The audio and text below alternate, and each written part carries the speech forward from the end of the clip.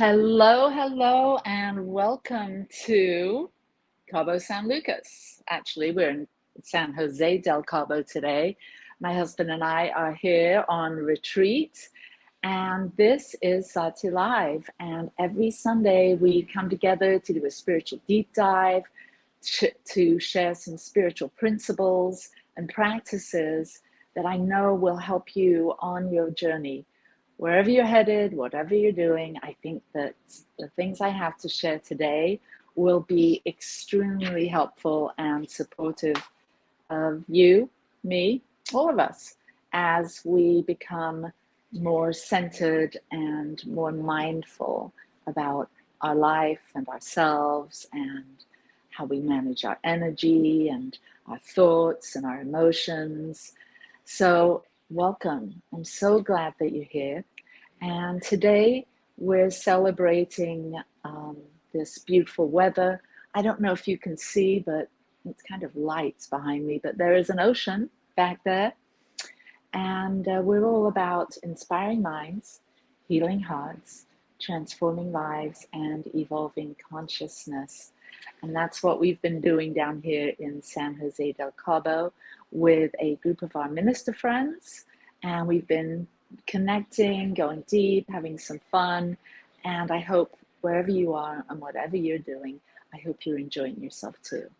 So why don't we start with a little meditation? You can hear the waves behind me. If you will, close your eyes and tune in to the stillness. Become present right where you are. There's nowhere to go, nothing to do, other than to simply be here now.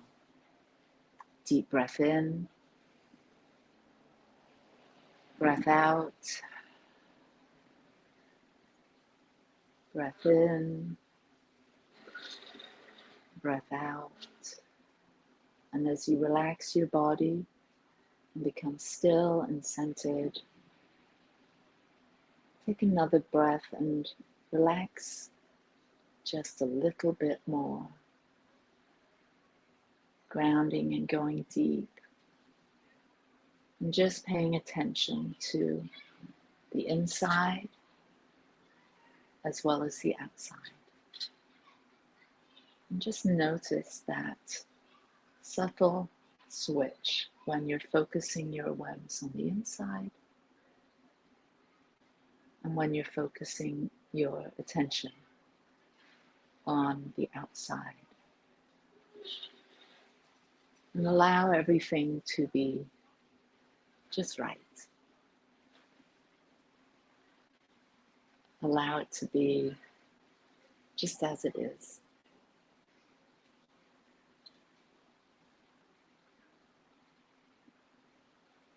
And just relax and settle into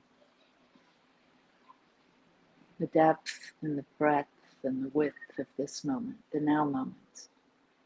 It truly is the only moment that exists. And this is the point of creation. And so as we calm our minds, just noticing the thoughts as they come and go, and as we settle and relax, we become at that point of zero, where there's nowhere to go, nothing to do, just fully present. Very good. And now let's take one more deep cleansing breath. And as you exhale, open the outer eyes and welcome back. So today I'm going to be talking about the head, the heart, and the body. These three centers of intelligence. And we have access to all three all the time. And we may not be aware of this. Many of us have a tendency to rely on one of these centers of intelligence. And here in the West, it's primarily the head center. And so once we realize we also have the intelligence of the heart, there's actually there's neural cells within the heart and the gut. And so this wisdom, this intelligence is something that we can bring our attention to and cultivate. So we're usually identified with one of these centers more than the other. And then another will be just below that one or have access to it. And then there's probably one that you don't use so much. I know for me, I'm very engaged with my heart, my emotions, and my head, my thoughts, but not so much with my body, the intelligence of my body. I kind of just cycle through the head and the heart. But as I've been practicing over the last several years, bringing more awareness into the body and tuning in to this deep primal intelligence, the instincts, the gut knowing, the felt presence of being really engaged and with the body. And this is a very key way of balancing the central nervous system, is by bringing awareness from the head and the heart down into the body. And when all three are in congruence or in alignment, then we have greater access. Because when we're in the head, we tend to analyze, and the people that are dominated by this center, their entire life experience is mostly shaped by their thoughts. There's so much more to that, more to perceiving the world than just through the head. But this is how we're educated, and this is how we're supported to be, really sharp thinkers, and to use our head and to lead with conscious thoughts. And that's all wonderful, but there's greater wisdom and intelligence. So if you're one of those that lead with the head, you may be analytical, and you may have an amazing imagination, and you know how to plan things and get things done. But sometimes the head center types can be overly logical and maybe detached from feelings and emotions. And so stay with me, because a lot of head center types seem to really value this and don't value the emotions, or see them as somehow getting in the way of their critical thinking. When the emotions, knowing how we're feeling, knowing what's important to us, knowing how the connection is between us and the people that are most important to us. This is vitally important, emotional intelligence. And when we can understand our connection with others, when we can have a deeper felt sense of that connection, and how our words and our thoughts and our actions impact others, we learn this through becoming emotionally intelligent. And then we sort of expand that heart center out. And so we consider the greater heart. We consider how what we do and what we think and what we say, and how that affects those around us. And so we might hesitate and do a little self-inquiry before we act, because we're not only considering the logic of something, but we're considering the impacts that we might have if we do this or that, or if we don't do this or that. And so we develop this emotional intelligence using our heart center. And many people that are dominated by this center, their experience is shaped by their feelings. And they're usually very emotionally intelligent and empathetic, and heart-centered people usually really value their connection with other people. Now, this is great, but if you're not using your head and you're just using your heart, and you're only concerned about the other and the connection, then that might negatively impact the way your relationships play out, the way you are able to focus your energy and attention and get things done and use your critical thinking. And so it's good to have awareness of the head and the heart and the body.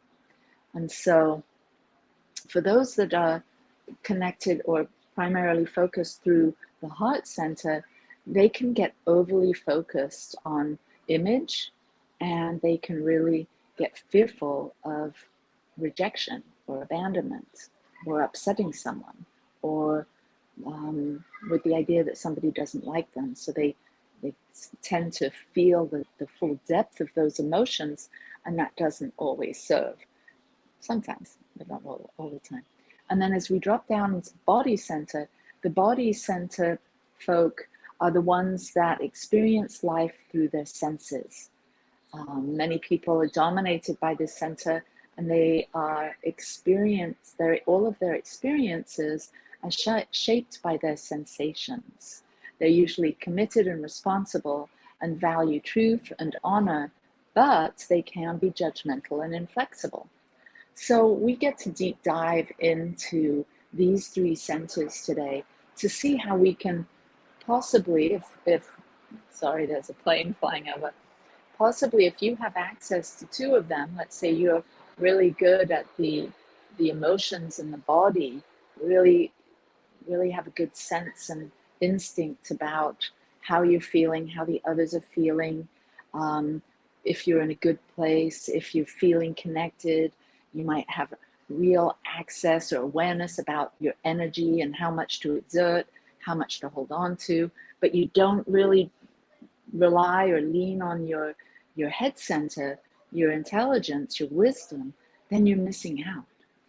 And so we get to develop all three centers so that before we make an important decision, or before we maybe have a task at work, we begin to breathe and call upon, lean into these three centers of intelligence to gain more of a wholeness perspective.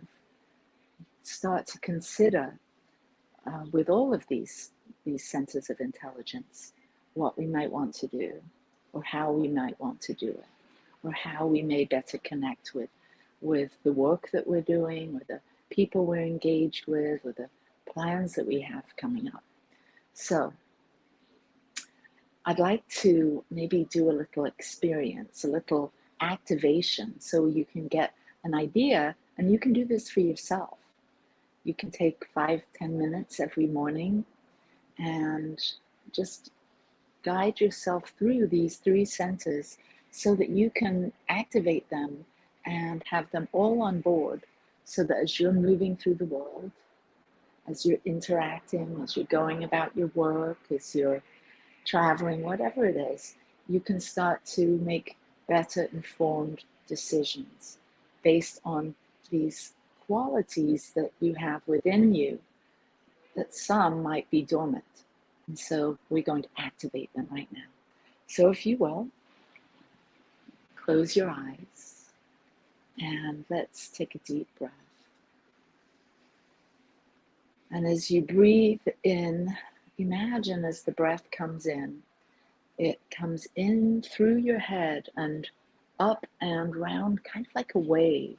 And imagine the breath just swirling through the head center. And we'll just focus on the head for now. So as the breath is in the head center, call upon your natural wisdom. I love that term, natural wisdom, because it implies that there's an authentic self, an essential self that has access to deep natural wisdom that's way beyond what we've learned in the years that we've walked on this planet, in this incarnation. There's a greater wisdom. Once we explore this head center, we can see that it's not just the sum total of our thoughts, but we can actually expand into the greater mind, into infinite possibilities and potentialities, natural wisdom from our ancestors. We can, as we explore this in a really deep and mindful way. Just see if something starts to happen within you, that your mind becomes more expanded and you're able to connect more deeply with the wisdom of the ancients, with the wisdom of the divine, and you start to have access to more possibilities and more potentialities than maybe you've considered. And so as we breathe and we clear out the fog and the confusion and the distractions, and we start to really feel, and you can do some self-inquiry here and ask yourself some questions.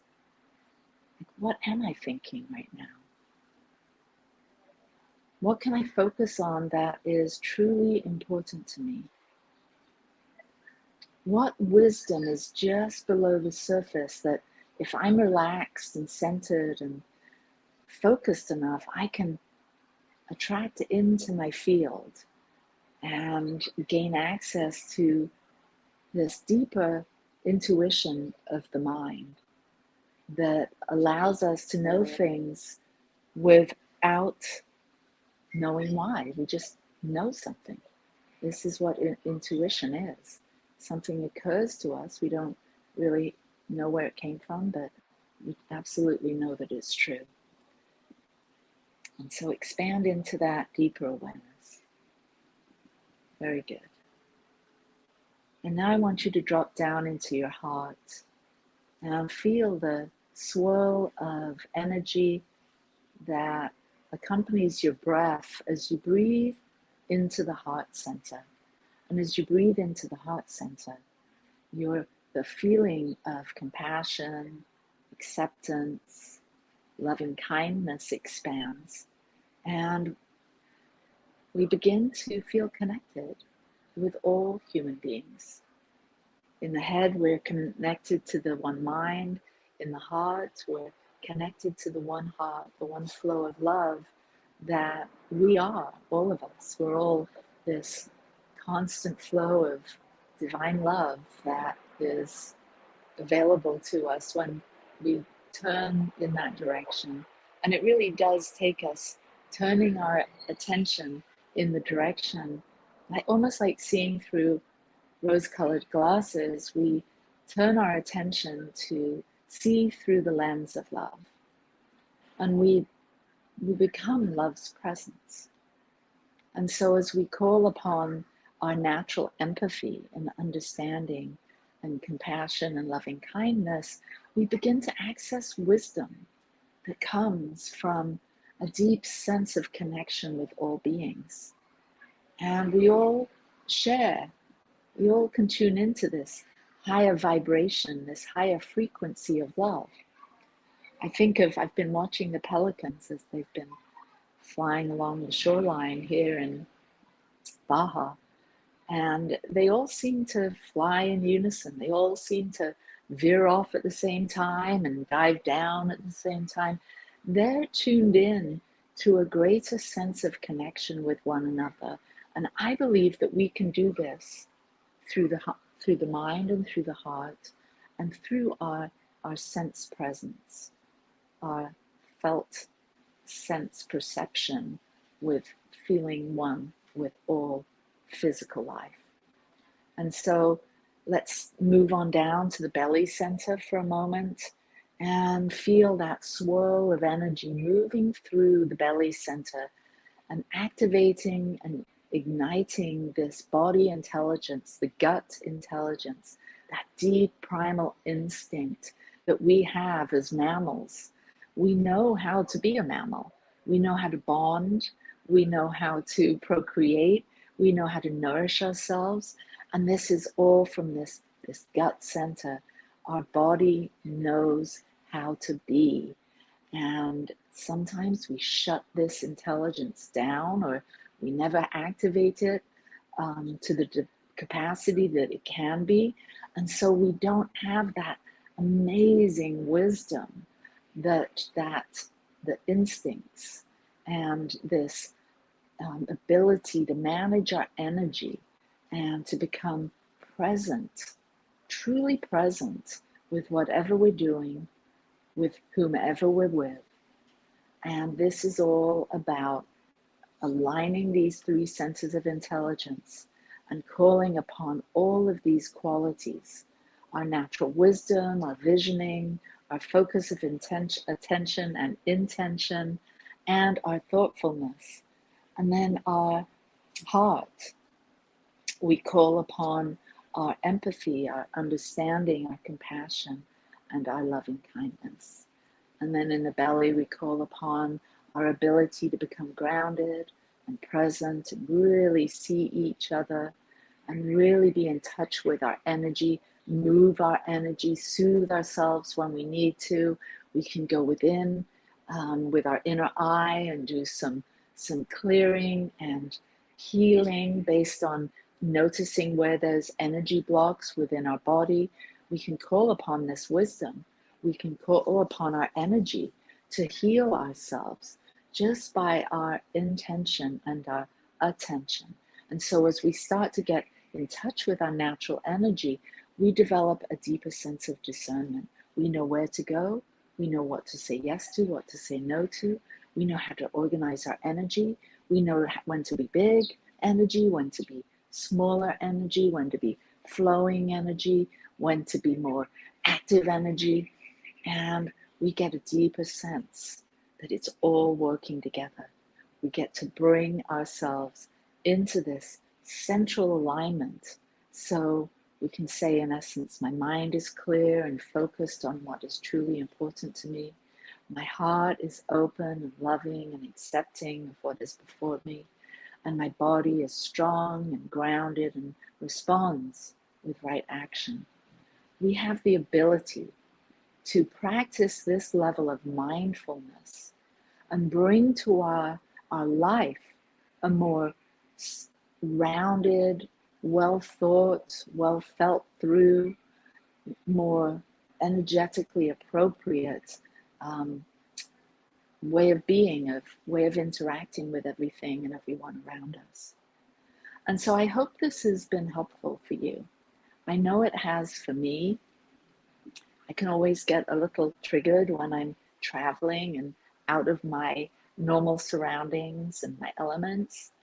And so I have to practice this three-centered breathing, this three-centered activation, so that I can enjoy where I actually am.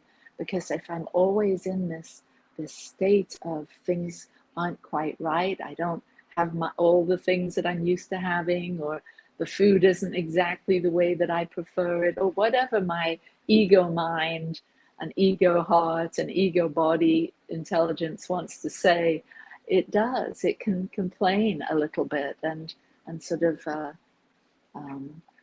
cause me to sort of go within, or not go within, but kind of draw back from the full experience that's occurring. And so when I do these